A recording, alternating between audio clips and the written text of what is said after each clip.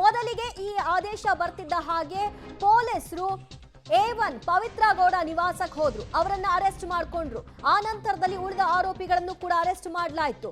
ನಾಗರಾಜ್, ಲಕ್ಷ್ಮಣ್, ಹಾಗೆ ಅನುಕುಮಾರ್, ಜಗದೀಶ್, ಪ್ರದೋಷ್ ಎಲ್ಲರೂ ಕೂಡ ಅರೆಸ್ಟ್ ಆಗಿ ಅನ್ನಪೂರ್ಣೇಶ್ವರ ನಗರ ಠಾಣೆಯಲ್ಲಿದ್ದಾರೆ. ಉಳಿದಂತೆ ದರ್ಶನ್ ಅವರ ಬರುವಿಕೆಗಾಗಿ ಪೊಲೀಸರು ಕಾಯ್ತಾ ಇದ್ರು. ಎಲ್ಲಿದ್ದಾರೆ ಅನ್ನೋ ಬಗ್ಗೆ ಯಾವ ಇನ್ಫಾರ್ಮೇಶನ್ ಕೂಡ ಇರಲಿಲ್ಲ. ಕಾಮಾಕ್ಷಿಪಾಳ್ಯ ಠಾಣೆ ಪೊಲೀಸರಿಂದ ದರ್ಶನ್ ರನ್ನ ಬಂಧನಕ್ಕೆ ಒಳಪಡಿಸಲಾಗಿದೆ. ಹೊಸಕೆರೆ ಹಳ್ಳಿ ಪತ್ನಿ ನಿವಾಸಕ್ಕೆ ನಟ ದರ್ಶನ್ ಇನೋವಾ ಕಾರ್ನಲ್ಲಿ ಹಿಂಬದಿ ಗೇಟ್ನ ಮೂಲಕವಾಗಿ ಬಂದ್ರು. ಬಂದ ನಂತರದಲ್ಲಿ ಪೊಲೀಸರು ಅಷ್ಟೇ ಅಲರ್ಟ್ ಆಗಿ ಬಂದ ತಕ್ಷಣವೇ ಅವರನ್ನ ಅರೆಸ್ಟ್ ಕೂಡ ಮಾಡಿಕೊಂಡಿದ್ದಾರೆ. ಇನ್ನೇನು ಕೆಲವೇ ಹೊತ್ತುಗಳಲ್ಲಿ ಠಾಣೆಗೆ ಕರ್ಕೊಂಡು ಹೋಗುವಂತಹ ಪ್ರಕ್ರಿಯೆಗಳಾಗುತ್ತೆ. ಅದಕ್ಕೂ ಮುಂಚಿತವಾಗಿ ಬೇಕಾಗಿರುವಂತಹ ಸಿದ್ಧತೆಗಳನ್ನ ಪೊಲೀಸರು ಮಾಡ್ಕೊಳ್ತಾ ಇದ್ದಾರೆ.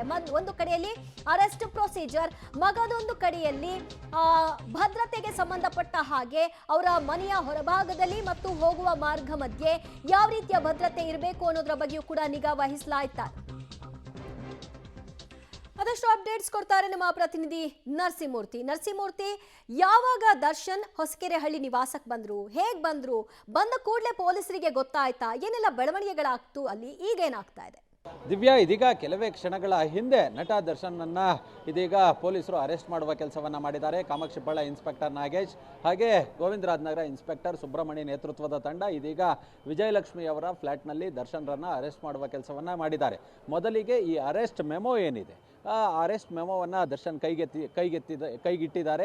ಈ ಪ್ರಕರಣದಲ್ಲಿ ನಿಮ್ಮನ್ನು ಈಗಾಗಲೇ ಸುಪ್ರೀಂ ಕೋರ್ಟ್ ಈಗ ಹೈಕೋರ್ಟ್ ಕೊಟ್ಟಂತಹ ಮಧ್ಯಂತರ ಜಾಮೀನಿನ ಆದೇಶವನ್ನು ರದ್ದು ಮಾಡಿದೆ. ಹೀಗಾಗಿ ನಿಮ್ಮನ್ನು ಅರೆಸ್ಟ್ ಮಾಡಬೇಕಿದೆ, ಬನ್ನಿ ಸಹಕರಿಸಿ ಅನ್ನೋ ಮಟ್ಟಿಗೆ ಇದೀಗ ಪೊಲೀಸರು ಹೇಳಿರೋದು. ಕೂಡಲೇ ಪೊಲೀಸರ ಜೊತೆಗೆ ಆಯಿತು ಸರ್ ಬರ್ತೀನಿ ಅಂತೇಳಿ ಇದೀಗ ಬಟ್ಟೆಯನ್ನು ಪ್ಯಾಕ್ ಮಾಡಿಕೊಳ್ಳುವ ಕೆಲಸವನ್ನು, ರೆಡಿ ಮಾಡಿಕೊಳ್ಳುವ ಕೆಲಸವನ್ನು ದರ್ಶನ್ ಮಾಡ್ತಿದ್ದಾರೆ ಅನ್ನೋ ಮಾಹಿತಿಗಳು ಲಭ್ಯವಾಗ್ತಿದೆ. ಇನ್ನು ಅರ್ಧ ಗಂಟೆಯಲ್ಲಿ ದರ್ಶನ್ರನ್ನ ಫ್ಲಾಟ್ನಿಂದ ಅನ್ನಪೂರ್ಣೇಶ್ವರಿ ನಗರ ಪೊಲೀಸ್ ಠಾಣೆಗೆ ಕರೆತರುವ ಕೆಲಸವನ್ನ ಪೊಲೀಸರು ಮಾಡಲಿದ್ದಾರೆ. ಬೆಳಗ್ಗೆಯಿಂದ ಈಗಾಗಲೇ ಯಾವಾಗ ಸುಪ್ರೀಂ ಕೋರ್ಟ್ನಲ್ಲಿ 7 ಜನ ಆರೋಪಿಗಳ ಜಾಮೀನನ್ನು ರದ್ದು ಮಾಡಲಾಯಿತು, ಅವಾಗಿನಿಂದ ಈ ಆರೋಪಿಗಳ ಮೇಲೆ ನಿಗಾವನ್ನ ಇಡಲಾಗಿತ್ತು. ಮತ್ತೆ ದರ್ಶನ್ ನಾನೇ ಬರ್ತೀನಿ ಅನ್ನೋ ನಿಟ್ಟಿನಲ್ಲಿ ಹೇಳಿದ್ರು ಕೂಡ ಪೊಲೀಸರು ಒಂದಷ್ಟು ಅವರದ್ದೇ ಮೂಲಗಳಿಂದ ಇವ್ರ ಮೇಲೆ ಒಂದು ಕಣ್ಣಿಡುವ ಕೆಲಸವನ್ನ ಮಾಡಿದ್ರು. ಯಾವಾಗ ಹೊರ ರಾಜ್ಯನೋ ಅಥವಾ ಮಲೆಮಹದೇಶ್ವರ ಬೆಟ್ಟಕ್ಕೆ ಹೋಗಿದ್ರೋ ಎಲ್ಲೋಗಿದ್ರೋ ಗೊತ್ತಿಲ್ಲ, ಬೆಂಗಳೂರಿಗೆ ಬಂದಂತೆ ಅವ್ರ ಮೇಲೆ ಕಣ್ಣಿಡ್ಲಾಗಿತ್ತು. ಕೂಡಲೇ ಬೆಂಗಳೂರಿಗೆ ಬಂದಿದ್ದಾರೆ ಅನ್ನೋ ಮೆಸೇಜ್ ಸಿಕ್ಕಂತ ಕೂಡಲೇ ವಿಜಯಲಕ್ಷ್ಮಿ ಅವರ ಫ್ಲಾಟ್ನಲ್ಲಿ ಇದ್ದಾರೆ ಅನ್ನೋ ಖಚಿತ ಮಾಹಿತಿಯ ಮೇರೆಗೆ ಇದೀಗ ಇನ್ಸ್ಪೆಕ್ಟರ್ ಸುಬ್ರಹ್ಮಣಿ ಮತ್ತೆ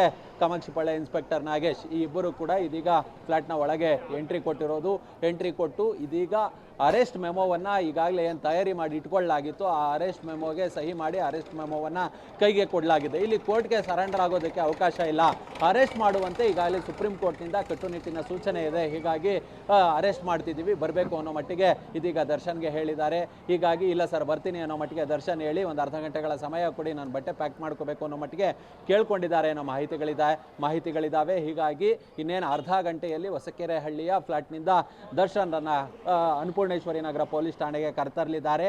ಅದಾದ ಬಳಿಕ ಅಲ್ಲಿಗೆ ಸುಮಾರು 5 ಆರೋಪಿಗಳ ಬಂಧನ ಅಂತ್ಯವಾಗಲಿದೆ.